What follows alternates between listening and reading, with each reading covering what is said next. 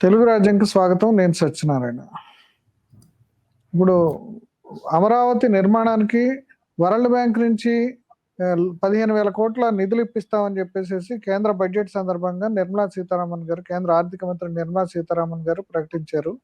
అయితే ఈ ప్రకటనపై ఇప్పుడు డైరెక్ట్‌గా ఇప్పుడు విభజన చట్టం ప్రకారం అమరావతి నిర్మాణానికి కేంద్రం నిధులు ఖర్చు పెట్టాలి అనేది ఉంది కాబట్టి వాళ్ళు డైరెక్ట్‌గా వాళ్ళు నిధులు కేటాయించాలి గానీ, గ్రాంట్ రూపంలో గానీ, లేతే ఏదో రకంగా గానీ, ఇట్లా ఈ రకంగా ఇప్పుడు వరల్డ్ బ్యాంక్ లోన్ ద్వారా ఇప్పించడం అనేది ఎట్లా సమంజసం?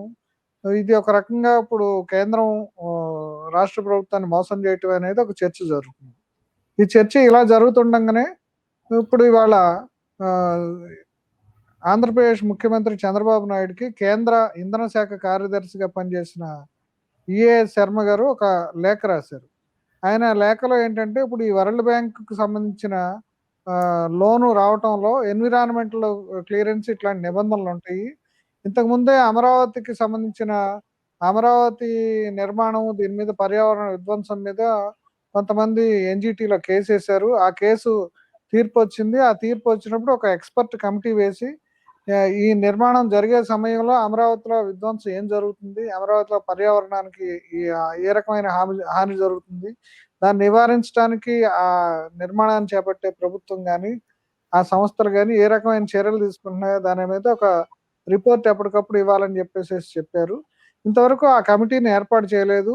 ఇప్పుడు ఇటువంటి పరిస్థితుల్లో రేపు మీరు వరల్డ్ బ్యాంక్ లోన్‌కెళ్తే ఇది అవరోధం అయితుందని చెప్పారు. దాంతో పాటు ఇంకొన్ని అంశాలు కూడా ఇంకొకటి 2 అంశాలు కూడా ఇప్పుడు ఆయన ప్రస్తావించారు. ఈ అంశాలన్నిటికి సంబంధించి మనతో చర్చించడానికి పర్యావరణవేత్త నరసింహారెడ్డి గారు మనతోటున్నారు. ఆయన్నడిగి ఈ విషయం మీద మరిన్ని విషయాలు తెలుసుకుందాము. నరసింహారెడ్డి గారు నమస్కారం అండి. నమస్కారం. అదేనండి, ఇప్పుడు ఈ అమరావతి అనేది పోయినసారి కూడా చంద్రబాబు నాయుడు రిజిమ్‌లో దీని మీద కొంతవరకు వర్క్ చేశారు. కొన్ని బిల్డింగ్స్ అయి కట్టారు. సచివాలయం, సెక్రటేరియట్, హైకోర్టు బిల్డింగ్స్ అయి కట్టారు. అది అక్కడికి ఆగిపోయింది జగన్మోహన్ రెడ్డి వచ్చాక. ఇప్పుడు కొత్తగా మళ్ళీ దానికి నిధులు ఎలా అనే దాని మీద నేను కేంద్ర బడ్జెట్‌లో ఇప్పుడు వాళ్ళు 15,000 కోట్లు వరల్డ్ బ్యాంక్ లోన్ అంటే 15,000 కోట్లు ఇచ్చామని బడ్జెట్‌లో చెప్పారు. తర్వాత వివరణ ఇచ్చే సందర్భంగా నిర్మలా సీతారామన్ ఏమో అది వరల్డ్ బ్యాంక్ లోన్ అని చెప్పారు. దాని మీద ఒక చర్చ జరుగుతుంది.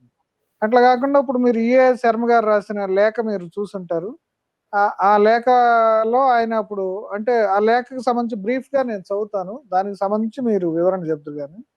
అంటే ఈయన ఏంటంటే కేంద్ర ఆర్థిక మంత్రిత్వ శాఖ కార్యదర్శిగా పనిచేస్తున్నప్పుడు ప్రపంచ బ్యాంక్ బోర్డ్ ఆఫ్ గవర్నర్స్‌లో భారతదేశం తరఫున నేను గవర్నర్‌గా ఉన్నాను. ఆ అనుభవాన్ని దృష్టిలో పెట్టుకొని నేను విషయాలన్నీ చెప్తున్నాను. ఆషామాషిగా చెప్పలేదని చెప్పి లెటర్ రాశారు. అంటే ఈ ప్రపంచ బ్యాంకు, ఇతర సంస్థల కన్సోర్టియం రాష్ట్రానికి ఇచ్చే నిధులు, రాష్ట్రానికి ఫైనాన్స్ కమిషన్ ద్వారా వచ్చే నిధుల మీద అదనంగా కేంద్రం రిలీజ్ చేయాలని ఒక మాట చెప్పారు. అట్లాగే డాలర్ కన్వర్షన్‌లో ఇప్పుడు మనకి డాలర్ వాల్యూ పెరిగినప్పుడల్లా, రూపీతో మారకం విలువ పెరిగినప్పుడల్లా మనకు వడ్డీలో తేడా వస్తుంది కాబట్టి దాన్ని ఎవరు భరిస్తారనే అంశం చూసుకోండి. అట్లాగే ప్రపంచ బ్యాంకు సంబంధించిన రుణాలన్నీ కూడా పర్యావరణానికి సంబంధించిన అంశాల్లో ఇది ఉంటుంది. ఇప్పుడు ఎన్‌జీటీ ఇప్పుడు దాని మీద ఇంతకుముందు తీర్పు ఇచ్చింది. దాని మీద ఒక కమిటీ కూడా వేసింది. ఆ కమిటీ షరతును మనం పాటించాలని చెప్పారండి. ఇప్పుడు దీని మీద మీ మీ అభిప్రాయం ఏంటి? ఇప్పుడు ఈయన లేఖ మీద మీ అభిప్రాయం ఏంటి? దీని రిపర్కషన్స్ ఎట్లా ఉండబోతుంది? లేఖలో ఇలా 2, 3 విషయాలు ఆయన ప్రస్తావించినాయి. ఒకటేమో ఈ వరల్డ్ బ్యాంక్ నిధులు అదనంగా రిలీజ్ చేయాల్సి వస్తుంది 15th ఫైనాన్స్ కమిషన్ నిధుల మీద అంటారు. అంటే ఫైనాన్స్ కమిషన్ ఇప్పుడు 15th ఫైనాన్స్ కమిషన్ నిర్ణయించి దాని మీద అదనంగా ఇవ్వాలంటారు. మరి దాని యొక్క ఇంప్లికేషన్స్ ఏముంటాయని మనం అది అర్థం చేసుకోవాలి.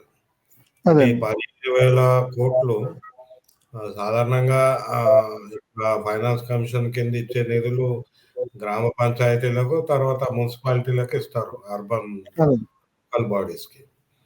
సో దాని మీద అదనంగా ఈ 15,000 కోట్లు ఇవ్వాలి. అంటే ఇది ఫైనాన్స్ కమిషన్ ద్వారా వెళ్లాల్సి వస్తుంది అనేది ఆయన అంతర్లీనంగా మనకు చెప్తున్నట్టు. ఫైనాన్స్ కమిషన్ దీన్ని ఆమోదించాలి. అదొకటి. అదే. రెండోది డాలర్ మారకం. ఈ డాలర్ మారకంలో మార్పులొచ్చినాయనేది. కానీ ఇక్కడ ఇంకో విషయం ఏందంటే దీనికి సంబంధించింది. ఇప్పుడు ఇదివరకు 2016లో వరల్డ్ బ్యాంక్ ప్రతిపాదించినప్పుడు ఆహ్, అది $300 మిలియన్ మాత్రమే. లోన్ అండి? ఆ! లోన్. ఓకే అండి. $300 మిలియన్ అంటే నాకు తెలిసి ఇప్పుడు 3,000,00,00,000. అదే అండి. ఇప్పుడు 15,000,00,00,000 ప్రతిపాదన అంటే ఇది ఐదింతలు పెరిగిందా? అది ఒక అంచనా ప్రకారం పెట్టారా? లేకుంటే ఇది అంటే ప్రాజెక్ట్ అసెస్‌మెంట్ లేదా ఈ పనులు పెరిగాయా? ఇది ఏ ఏ ప్రాతిపదికన ఈ 15,000,00,00,000 అన్నది ఆహ్, అది స్పష్టత రావాలి దాని మీద. అదే అంటే అండి. $300 మిలియన్ నుంచి ఇప్పుడు 15,000,00,00,000 అంటే దాదాపు అది $1,500 మిలియన్ అయ్యే అవకాశం ఉంది. అంటే అదే అండి. రూ. 100 మారకం పెట్టుకుంటే.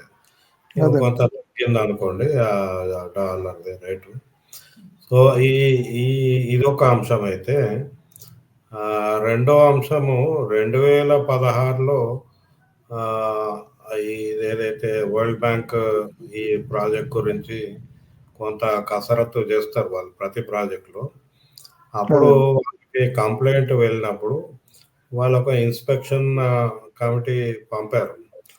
ఆ కమిటీ అంటే రిపోర్ట్ ఎన్‌జీటీలో ఈ పండలనేని శ్రీమన్నారాయణ ఇట్లా కొంతమంది నిర్వాసితులు వీళ్ళందరూ ఒక కంప్లెయింట్ ఎసారండి. ఆ కంప్లెయింట్‌కి సంబంధించిన సమాచారం గాని, దాన్ని వాళ్ళు ఏ ఏ అంశాలు ఫిర్యాదు చేశారనేది ఏమన్నా మీరు చెప్పగలుగుతారా? అంటే నేను అఫిడవిట్ చూడలేదు. కానీ అదే. బ్రాడ్‌గా రీహాబిలిటేషన్ ఒక ఇష్యూ అయితే, ఎన్‌జీటీ ముందెళ్ళినప్పుడు పర్యావరణ అంశాలే ముందుకొస్తాయి. అదే అందులో అండి. 2 విషయాలు అక్కడ ఇప్పుడు ఈ వరల్డ్ బ్యాంక్ రిపోర్ట్ గూడా దానికి సంబంధించిందే నేను చెప్తుంది. అక్కడ 2 విషయాలు ఎన్వైర్న్‌మెంట్ ఇంపాక్ట్ అసెస్‌మెంట్ రిపోర్ట్‌లో వాళ్ళు ప్రస్తావించారు వరల్డ్ బ్యాంక్. అదేంటంటే ఒకటి ఇది పూర్తిగా వ్యవసాయ భూమి. అదే. లార్జ్‌లీ అగ్రికల్చర్ ల్యాండ్ అది. అంటే ఈ వ్యవసాయ భూమి నాన్ అగ్రికల్చర్ యూజ్‌కి మారుస్తున్నారు.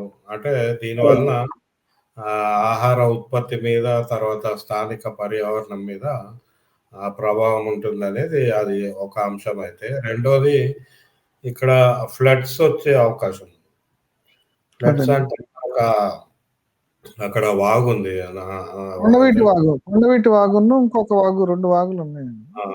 ఈ ఈ 2 వాగుల వలన అక్కడ ఫ్లడ్స్ వస్తది. ఇది ఫ్లడ్ ప్లేన్‌లో ఉన్నదనేది గూడా ఇంకో అంశం. అంటే ఈ వాగుల్లో వర్షాకాలం నీళ్లు పెరిగితే వరదొస్తే, ఆ వరద ఏదైతే విడ్త్ ఎక్కడెక్కడ వరద వస్తుందో అదంతా ఫ్లడ్ ప్లేన్ అంటారు. ఆ ఫ్లడ్ ప్లేన్ గూడా ఇందులో ఈ ప్రాజెక్ట్‌లో భాగంగా ఉంది గాబట్టి, ఈ 2 పర్యావరణం మీద ప్రభావం చూపే అంశాలుగా అప్పుడు వరల్డ్ బ్యాంక్ రిపోర్ట్‌లో చూశాను.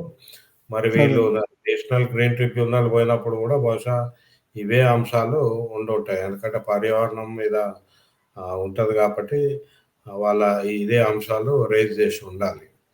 ఇక అదేండి. మూడోదేంటంటే సోషల్ ఇష్యూస్. ఇప్పుడక్కడ భూమి రైతుల అంశం ఒక్కటైతే, భూమి లేని పేదల మీరు సంగతేందనేది అదొక అదేండి. అంశం. అంటే మరి వాళ్ళు డిస్‌ప్లేస్‌మెంట్ అవుతారు గనక, ఇప్పుడు ఇందులో అవునండి. దాదాపు 25 గ్రామాలొస్తున్నాయి. 1,00,000 జనాభా నిర్వాసితులవుతారని. సరే అదేండి. రైతులకు ఆహ్, కాంపెన్సేషన్‌గా ప్లాట్లు అవి ఇస్తామన్నారు. అప్పుడు అయిపోయింది. మరి భూమి లేని ఇండ్ల జనాభాకు ఏమి ఇస్తారు అనేది అదొక అంశము. బహుశా అది డీల్ జేసుంటారు. కానీ వరల్డ్ బ్యాంక్ అంటే అది వాళ్ళకేదో కొంత పెన్షన్ ఇవ్వటము, వాళ్ళకేదో స్కిల్ డెవలప్‌మెంట్ జేయటం ఇట్లాంటివి కొన్ని ప్రభుత్వం ఆఫర్ జేస్తుంది. అదే. సో, ఈ 4 అంశాలు అప్పుడు వరల్డ్ బ్యాంక్ దృష్టిలో ఉన్నాయి. అయితే అదే. ఇది 2016లో ఇన్స్‌పెక్షన్ కొరకు అడిగారు. వాళ్ళు చేశారు. తర్వాత 2019లో జూలై 15న కేంద్ర ప్రభుత్వం వరల్డ్ బ్యాంక్‌కి రాసింది. మేము ఈ ప్రపోజల్ విత్‌డ్రా చేసుకుంటున్నాము. ఓకేనండి. అని ఈ లెటర్ రాసిన ధర్మిల 5 రోజుల తర్వాత జూలై 19థ్ 2019 నాడు వరల్డ్ బ్యాంక్ ఒక స్టేట్మెంట్ ఇష్యూ చేసింది. మేము ఈ ప్రాజెక్ట్ నుంచి విరమించుకుంటున్నాము అని. అదే అండి. సో, ఇప్పుడు ఇది ఈఏఎస్ శర్మ గారు రైజ్ చేసిన అంశాలకి అదనంగా అంటే ఒకసారి విత్‌డ్రా చేసుకున్న ప్రాజెక్ట్ నుంచి మళ్ళీ ఎట్లా వస్తారు అనేది ఒక అంశం అయితే, ఇప్పుడు అదే. దాదాపు 5, 6 ఏళ్ల పట్టింది. ఇప్పుడు మళ్ళీ ఎందుకంటే మళ్ళీ అసెస్‌మెంట్ మళ్ళీ మొదలుపెట్టాలి. మేము అప్పుడు చేసినాము. అవి దుమ్ము దులిపి మళ్ళీ వాడుకోవడానికి వీలుండదు. ఎందుకంటే అంటే ఇప్పుడు ఈ ప్రాజెక్ట్ నుంచి వరల్డ్ బ్యాంక్ విత్‌డ్రా చేసుకున్నట్టేనండి. దానికి సంబంధించిన వివరాలు చెప్తారా? ఉన్నది అప్పుడు జూలై 19థ్ 2019 వాళ్ళు హ్మ్. స్టేట్మెంట్ ఇష్యూ చేశారు. ఆ స్టేట్మెంట్‌లో స్పష్టంగా విత్‌డ్రా చేసుకుంటున్నట్టు చెప్పారది. అదే. అంటే సో, మళ్ళీ అప్లై చేసుకోవాలంటారా? ఇప్పుడు మళ్ళీ ఇదే ప్రాజెక్ట్ మొత్తాన్ని మళ్ళీ వరల్డ్ బ్యాంక్ లోన్ కోసం అంటే రాష్ట్ర ప్రభుత్వం, కేంద్ర ప్రభుత్వం ద్వారా అప్లై చేసుకోవాలంటారా? చేసుకోవాల్సిందే. అప్లై హ్మ్. చేసుకోవాల్సిందే. అప్లై చేసుకోవాలి. మళ్ళీ అన్ని ప్రక్రియలు మళ్ళీ మొదలవుతాయి. ఎందుకంటే మనం అప్లై ఏం చేస్తాము? ఏ ఆధారంగా చేస్తాము? ఎందుకంటే అప్పటికి ఇప్పటికి భూమి యాజమాన్యం గూడా మారింది గదా! చాలా చోట్ల. అదేండి. రైతులు గూడా మారారు. అక్కడ సోషియో ఎకనామిక్ కండిషన్స్ మారిపోయినాయి. భూమి రేట్లు మారిపోయినాయి. చాలా వరకు వ్యవసాయం గూడా అక్కడ జరగట్లేదు నాకు దెలిసి. అంటే ఇదివరకు ఎన్విరాన్మెంటల్ ఇంపాక్ట్ అసెస్‌మెంట్ మళ్ళా ఫ్రెష్‌గా చేయాల్సి ఉంటదంటారా? అన్నీ మొదలు జేయాలి. మళ్ళీ అన్నీ హ్మ్. చేయాల్సిందే. అన్ని ప్రక్రియలు అంటే ప్రాజెక్ట్ ప్రపోజల్ దగ్గర నుంచి ఎన్విరాన్మెంటల్ ఇంపాక్ట్ అసెస్‌మెంట్ అవన్నీ ఒకవేళ వరల్డ్ బ్యాంక్ అప్లై జేస్తే అప్పుడు మొదలవుతాయి. అన్నీ మొదలవుతాయి మళ్ళీ. అదేలెండి. అయితే ఖర్చు వారు శర్మ గారు రైజ్ చేసినట్టు అది డాలర్ మారకమే గాదు. అప్పటికి ఇప్పటికి 5, 6 ఏళ్ల డిఫరెన్సే అయినా గూడా మనకి అదేండి. మా చాలా మార్పులొచ్చినాయి. ఇప్పుడు ఇక్కడ ఒకటేందంటే, మనం ఈ మధ్య క్లైమేట్ చేంజ్ వ చూస్తున్నాం. అంటే అదేండి. వాతావరణ మార్పుల వల్ల వేడి ఉష్ణోగ్రత పెరుగుతుంది. అవును. ఉష్ణోగ్రత పెరుగుతున్న దరిమిలా వరల్డ్ బ్యాంక్‌కి కొన్ని కొత్త విధి విధానాలొచ్చినాయి. క్లైమేట్ చేంజ్ సంబంధించి అసెస్‌మెంట్ గాని అవన్నీ ఇప్పుడు దాని మీద కొంత బాధ్యత పెరిగింది. ఎందుకంటే హ్మ్. క్లైమేట్ చేంజ్ కాన్ఫరెన్స్ సదస్సులో వరల్డ్ బ్యాంక్ ఒక నిధి నిధి మేనేజ్‌మెంట్ కొరకు ఇచ్చింది ఒకటైతే, దాన్ని హెడ్ ఆయన ఇప్పుడు భారతీయుడే. ఆయన కూడా మారిండు. సో, వరల్డ్ బ్యాంక్ మీద వరల్డ్ బ్యాంక్ పాటించాల్సిన ప్రక్రియలు మారినాయి ఇప్పుడు అప్పటికిప్పటికి ఈ 5 ఏళ్లలో. ఈ అదేండి. క్లైమేట్ చేంజ్ వల్ల. సో, ఈ అదే క్లైమేట్ క్లైమేట్ చేంజ్‌కి సంబంధించిన కొత్త కండిషన్స్, కొత్త కాన్ఫరెన్స్‌లు, కొత్త షరతులు ఇవన్నీ వచ్చినట్టున్నాయి. వచ్చినాయి. ఇప్పుడు కార్బన్ ఎమిషన్. ఎమిషన్స్‌కి ఎంత పెరుగుతుంది? ఎంత పెరగదు? ఈ అసెస్‌మెంట్ కూడా చేసుకోవాల్సిన అవసరం ఉంది ఇప్పుడు. అదేండి. అంటే రేపొద్దున మీరు ల్యాండ్ యూజ్ ఎక్కువగా భూమి వినియోగ పద్ధతి మార్చినప్పుడు ఎమిషన్స్ పెరుగుతాయనేది శాస్త్రం జెప్తుంది. సో, అదేండి. మనం వ్యవసాయం నుంచి ఇది పట్టణీకరణ చేస్తున్నప్పుడు ఈ భూమి వినియోగం మారుతుంది. భూమి అదేండి. వినియోగం మారినప్పుడు ఆహ్, వ్యవసాయం ఉన్నప్పుడు కార్బన్ ఎమిషన్స్ ఎంతుంటాయి? మరి రేపొద్దున అదే. పట్టణం వచ్చినాక కార్బన్ ఎమిషన్స్ ఎంతుంటాయి? మరి అదేండి.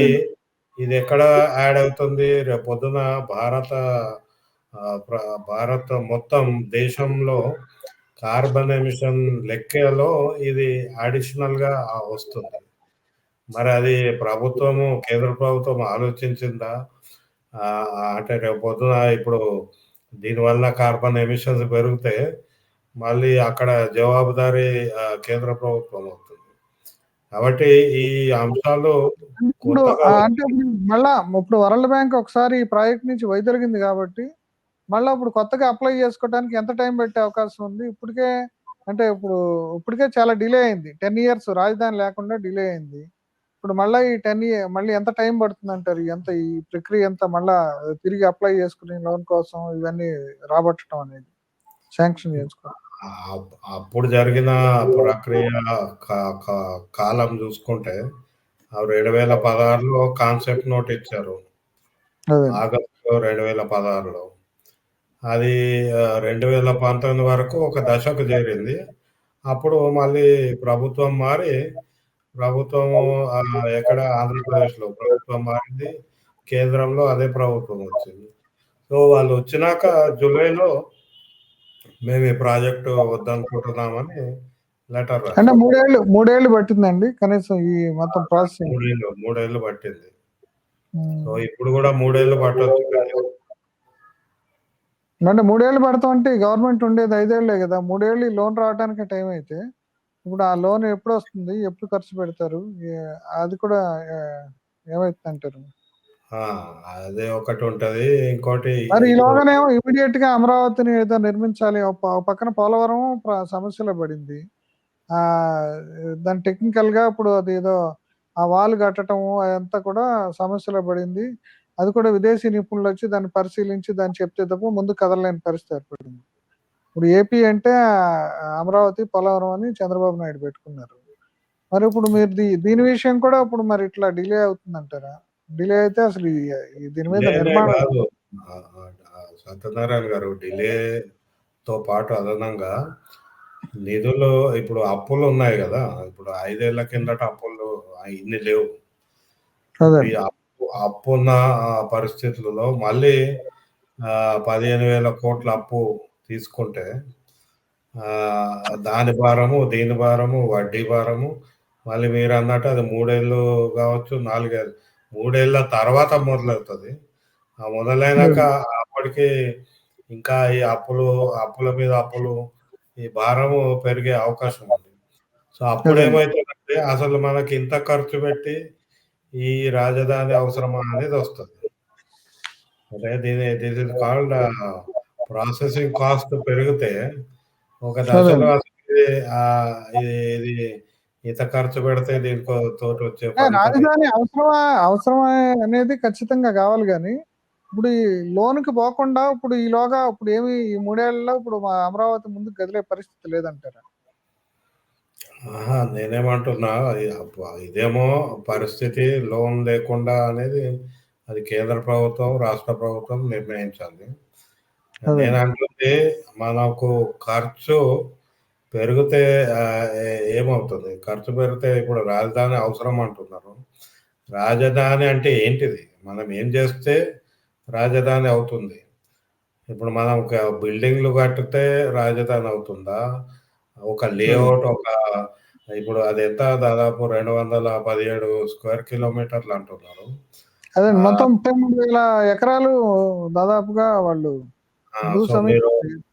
ఆ భూమి సేకరించారు. అది లేఔట్. ఇప్పుడు ఆ లేఔట్ ఇప్పుడు మనం ఒక కాలనీ లేఔట్ లాగా ఒక రాజధాని లేఔట్ ప్లాన్ చేస్తే, దానికి అదండి. ఆ లేఔట్‌కి ఖర్చు అడుగుతున్నామా? లేకుంటే డిజైన్ ప్లస్ దాని మీద బిల్డింగ్స్ కొరకు అడుగుతున్నామా? ఇందులో మళ్ళా మార్పులు, చేర్పులు ఏమన్నా అవసరం ఉంటాయా? ఎందుకంటే ఇప్పుడు గవర్నమెంట్ ఆఫ్ ఇండియా గాని, ఆంధ్రప్రదేశ్ గవర్నమెంట్ గాని డిజిటైజేషన్ మీద మాట్లాడుతున్నారు. అంటే అదండి. పాలన డిజిటైజేషన్ చేద్దామని. అదండి. అట్లాంటప్పుడు ఇప్పుడు ఉన్న 10, 20 శాఖలు ఒక్కొక్క శాఖకి ఒక్కొక్క బిల్డింగ్ కడతారా? లేకుంటే అన్నీ ఒక దగ్గర కడతారా? లేదా అదండి.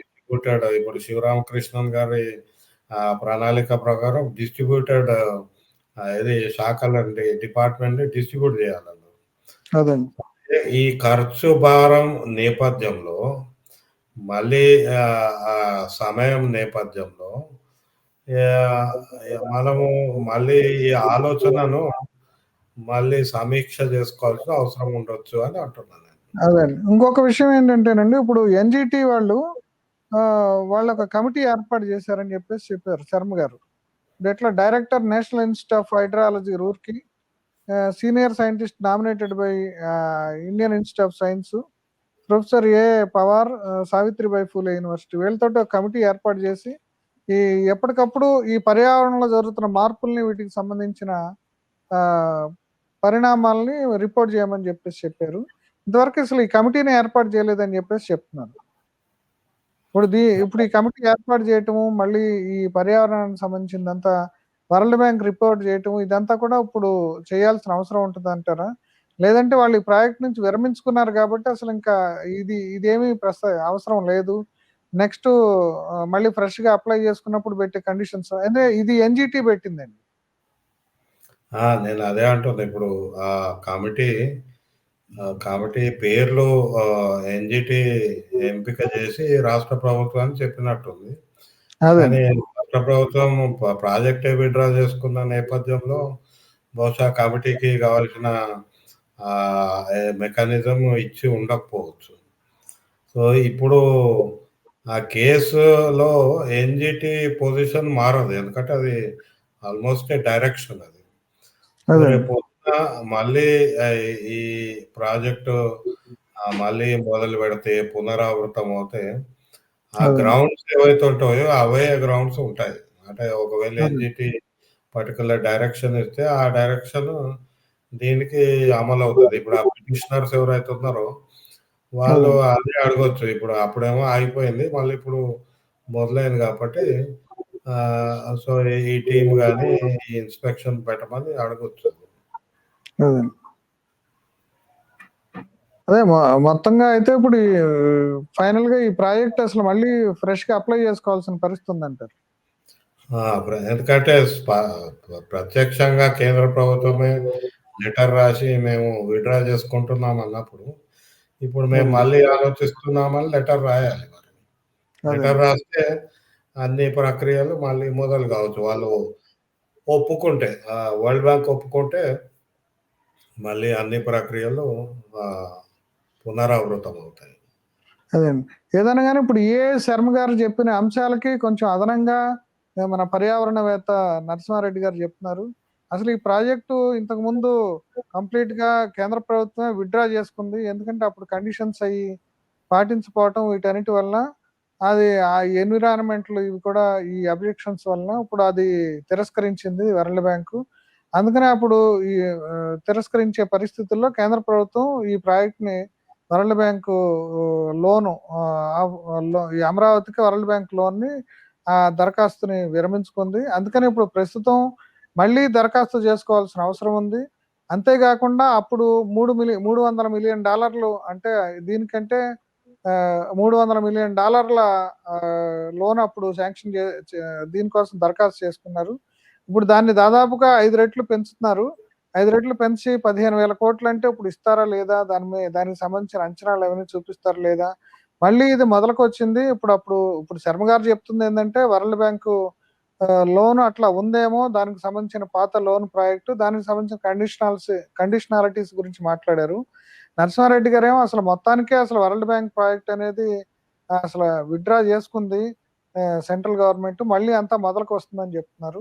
ఇది ఇంకా సంచలనమైన అంశము. మరి ఇప్పుడు రెడ్డొచ్చి మొదలని మళ్ళీ ఇప్పుడు దాన్ని మరి ఏం జేస్తారో, ఇప్పుడు దాని కాస్ట్ ఎస్కలేషను, విదేశీ మారక ద్రవ్యానికి సంబంధించిన అంశాలే గాకుండా, ఇప్పుడు మొత్తంగా కూడా మళ్ళీ ఫ్రెష్‌గా అప్లై చేసుకుంటే, ఈ ఎన్విరాన్మెంట్‌కి సంబంధించిన అంశాలు, ఈ కార్బన్ ఎమిషన్స్ సంబంధించి ఇవన్నీ కూడా ఇప్పుడు కొత్త అంశాలన్నీ కూడా చేరినాయి గాబట్టి, ఈ ప్రాజెక్ట్ ఎంతవరకు ముందుకు పోతుందో, దీని మీద ఈ వరల్డ్ బ్యాంక్ లోన్ ఎంతవరకు పుడుతుందనే అనుమానాల్ని మన నరసింహారెడ్డి గారు వ్యక్తం చేస్తున్నారు. ఈ అంశాలన్నీ కూడా మాకు చెప్పినందుకు థాంక్స్ అండి నరసింహారెడ్డి గారు. Please do subscribe to Telugu Rajyam channel. Please do subscribe to Telugu Rajyam channel. Please do subscribe to Telugu Rajyam channel. Hi అండి, నేను మీ ఆర్పీని నెల్లూరు పెద్దారెడ్డి చేపల పులుసు ఓనర్ని. మీరు తెలుగు రాజ్యం అనే ఈ యూట్యూబ్ ఛానల్ సబ్స్క్రైబ్ చేసుకుని మంచి మంచి వీడియోలతో వస్తారు. Thank you so much. Hi people, I'm Sonakshi Verma and you please watch Telugu Rajyam and please subscribe to the channel.